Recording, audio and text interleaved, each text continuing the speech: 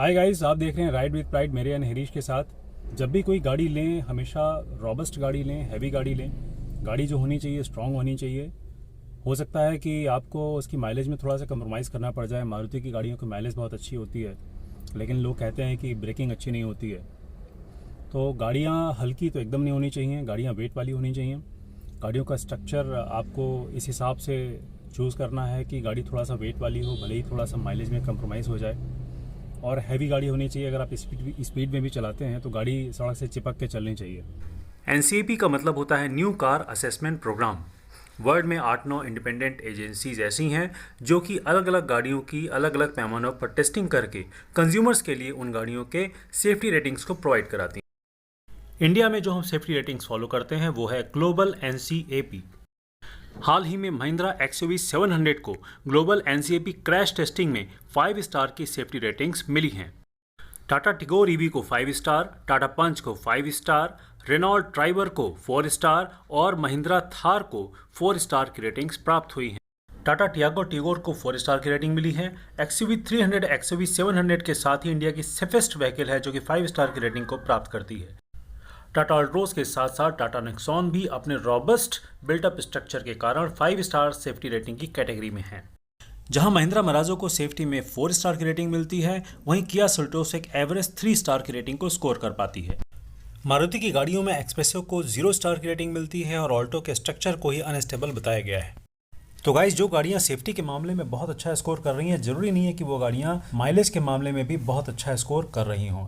जैसे कि यहाँ पर जितनी भी गाड़ियों का नाम लिखा हुआ है, ये गाड़ियां अपनी सेफ्टी के लिए जानी जाती हैं, ना कि अपने माइलेज के लिए। तो पेट्रोल हो चाहे डीजल हो, गाड़ी हमेशा हैवी लीजिएगा। और मैं ऐसा इसलिए भी कह रहा हूँ चूँकि मैं प्रेजेंटली थार यूज़ कर रहा हूँ। पहले मैं एटियोज़ यूज़ करता था और कोई भी सेफ्टी फीचर उसमें गाड़ी कंपनी ने नहीं दे रखा था। न तो में एयर बैग्स थे, न तो उसमें साइड इम्पैक्ट बीम्स थी, न तो ABS था, ना ABD था, कुछ भी नहीं था। तो ये चीज़ मुझे चलाते इसमें कई बार फील होती थी। अभी भी मैं गाड़ी कभी भी ओवर स्पीड नहीं करता हूँ। 70-80 मेरी नॉर्मल स्पीड है, इससे ऊपर मैं हाईवे पर भी नहीं चलाता हूँ। तो गाड़ी खरीदने के 5 दिन बाद ही मेरे साथ एक हादसा होते होते बचा, या कहिए किसी और के साथ हादसा होते होते बचा। हुआ यूँ कि मैं लोहिया पथ पे ड्राइव कर रहा था। फ्लाईओवर पे चढ़ाने के लिए मैंने एक्सीलेटर दबा रखा था। गाड़ी तीसरे या चौथे गियर में थी। स्पीड अबव 50 थी, 50-60 के बीच की स्पीड रही होगी। लोहिया पथ पे फ्लाईओवर पे रॉन्ग साइड से एक बाइक वाला आ रहा था। उसको बचाने के लिए एक आगे एल्टिगा चल रही थी, मेरे जस्ट आगे I-20 थी, उसके आगे एल्टिगा चल रही थी। एल्टिगा वाले ने पैनिक ब्रेक मारा and he was lucky that he saved that bike man. उस बाइक वाले को एल्टिगा वाले ने बचा लिया। गाड़ी समहाउ उसकी रुक गई। लगभग 1-1.5 फीट के डिस्टेंस पे वो गाड़ी जाकर के रुक गई थी। उसके ठीक पीछे I-20 थी, उसमें डिस्टेंस काफ़ी थी। तो he was also successful to stop without causing any harm to the Ertiga. But I was very close, I was driving very close to I-20 और मेरे पास इतना टाइम नहीं मिला कि मैं गाड़ी को ब्रेक मार पाऊँ। मेरी फैमिली साथ में बैठी हुई थी, बेटा आगे बैठा हुआ था, उसने सीट बेल्ट लगा रखी थी। उसकी हैबिट में है कि सीट बेल्ट लगाएगा। तो आप भी अपने बच्चों की हैबिट में डालिए कि बचपन से ही अगर वो आगे बैठ रहा है, पीछे बैठ रहा है, सीट बेल्ट लगा के ही बैठेगा। तो बेटा मेरा आगे बैठा हुआ था, बेटे ने सीट बेल्ट लगा रखी थी और पीछे मेरी फैमिली बैठी हुई थी, वाइफ और मेरी बेटी। तो लाख कहने के बावजूद भी वो सीट बेल्ट नहीं लगाते हैं पीछे बैठने पे। और आई न्यू कि अगर मैं पैनिक ब्रेक मारूंगा तो बच्चे मेरे गिर सकते हैं और किसी न किसी को चोट लग सकती है। मैंने ब्रेक लगाए और पैनिक ब्रेक नहीं थे, दैट वाज कंट्रोल्ड, लेकिन फिर भी I was not lucky enough to save that I-20 guy from colliding with my vehicle. मैंने I-20 को पीछे से बम्पर पे हिट किया और काफ़ी गुस्से में था मैं कि नई गाड़ी है, अभी तो नंबर प्लेट भी नहीं लगी है, रजिस्ट्रेशन हो रहा है, अभी प्रोसेस में है और नई नवेली गाड़ी को स्क्रैच लग गया। आई वॉज थिंकिंग कि यार इसका बम्पर तो गया, थार है, इसका बम्पर तो टूट गया होगा, इसके फॉग लैम्प सब निकल करके बाहर आ गए होंगे और अब मेरी गाड़ी को ठीक ठाक नुकसान हो गया है, मुझे इसको इंश्योरेंस में क्लेम करना पड़ेगा। But what happened actually, that was to my surprise कि जब मैं गाड़ी से नीचे उतरा तो मैंने जो देखा वो आप यकीन नहीं करेंगे। I-20 का जो बम्पर है और जब मेरी गाड़ी कोलाइड की है तो मैं ब्रेक मारते मारते अप्रोच करते करते समहाउ वो गाड़ी सट ही चुकी थी और उसका बम्पर जो था रियर का वो 2 टुकड़े हो चुका था, लिटरली वो बम्पर 2 टुकड़े हो चुका था। And that guy was crying कि ये आपने क्या कर दिया, मेरी गाड़ी तोड़ दी। Then I was very confident कि मैंने आपकी गाड़ी नहीं तोड़ी है, आई हैव सेव्ड समबडी। और ये जो एक्सीडेंट हुआ है वो उस बाइक वाले के कारण हुआ है। I can not blame you, you can not blame me, it has happened all because of that bike riding person who was coming from the wrong side. और गाड़ी जब उसने I-20 अपनी हटाई, मैंने अग्रीड कि ठीक है किसी की गलती नहीं है, उसने तुरंत गाड़ी हटाई क्योंकि सड़क पे ट्रैफिक जाम लग रहा था। उसने अपनी गाड़ी हटाई और मैंने अपनी गाड़ी चेक की तो मेरी गाड़ी में क्या था मैं आपको अभी इस वीडियो में आपको दिखाता हूँ। गाइस, जब एक्सीडेंट हुआ था उस समय नंबर प्लेट इसमें नहीं लगी थी और आप देख सकते हैं कि राइट साइड में जो बम्पर और बॉडी के बीच में डिस्टेंस है वो तकरीबन 1 फिंगर का है।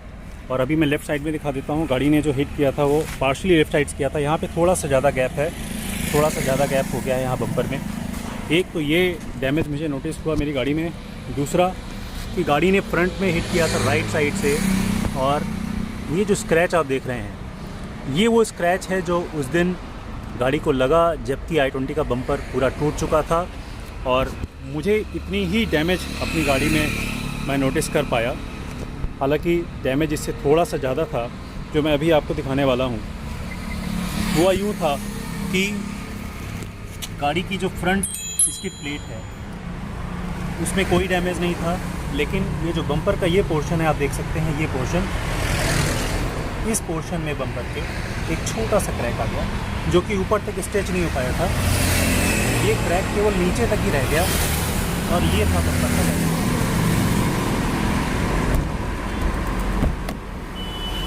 So this was all damage that my Thar has suffered because of that collision with the I-20 and the damage to the I-20 मैंने आपको पहले बता दिया।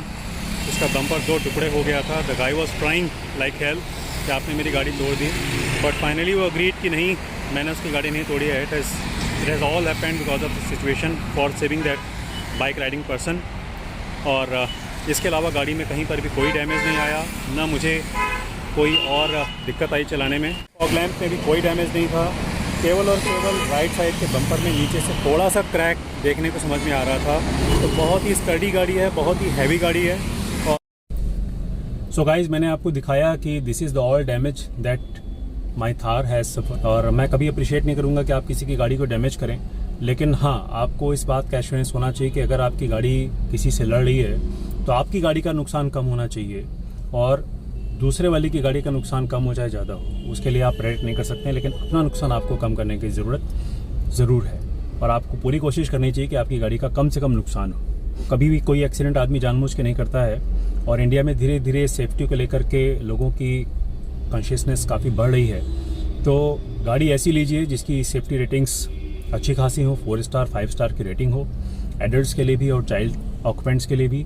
एटलीस्ट ABS CBD ESP वगैरह उसमें फीचर होने चाहिए। और गाड़ी हैवी होनी चाहिए, गाड़ी सड़क को पकड़ के चलनी चाहिए, ताकतवर गाड़ी होनी चाहिए कि अगर आपको ज़रूरत पड़ती है भगाने की तो आप भगा भी सकें। तो आई वुड रिकमेंड कि अगर आप सेफ्टी कॉन्शियस हैं तो आप कोशिश करिए कि 1.5 या 2 लीटर के इंजन्स वाली गाड़ियाँ ही लें। और छोटी गाड़ियाँ कम्यूटेशन के लिए ठीक है, आपको आना जाना है, माइलेज अच्छा लेना है, ले लीजिए, लेकिन हैवी व्हीकल लीजिए और अच्छी खासी सेफ्टी रेटिंग्स वाले व्हीकल्स लीजिए। कोशिश करिए कि बेस मॉडल मत लीजिए, ऐसे मॉडल लीजिए जिसमें कि आपको बेसिक सेफ्टी फीचर्स मिल जाते हों। और हमेशा उन कंपनीज़ के व्हीकल्स को लीजिए जिनका ट्रैक रिकॉर्ड काफ़ी अच्छा रहा है और जिनमें पैसेंजर्स को सेफ्टी एश्योरेंस मिलती हो, आपको सेफ फील होता हो, आपको लगता हो कि नहीं मैं और मेरी फैमिली सेफ़ है। तो जान से ज़्यादा कीमती कुछ भी नहीं है, गाड़ी आती रहेगी जाती रहेगी। तो सेफ्टी को हमेशा प्रायोरिटी दीजिए। और माइलेज के चक्कर में भागने के लिए पूरी दुनिया पड़ी हुई है, खास करके इंडिया में लोग, जान बहुत सस्ती है, तेल महंगा है, तेल महंगा है, जान सस्ती है। तो तेल महंगा है तो माइलेज ज़्यादा चाहिए और जान चली जाए उसको कोई पूछ नहीं रहा है। तो आई विल ऑलवेज रिकमेंड कि आप ऐसी गाड़ी को पसंद करिए जिसमें कि डैमेज कम से कम हो और आपकी सेफ्टी इंश्योर हो।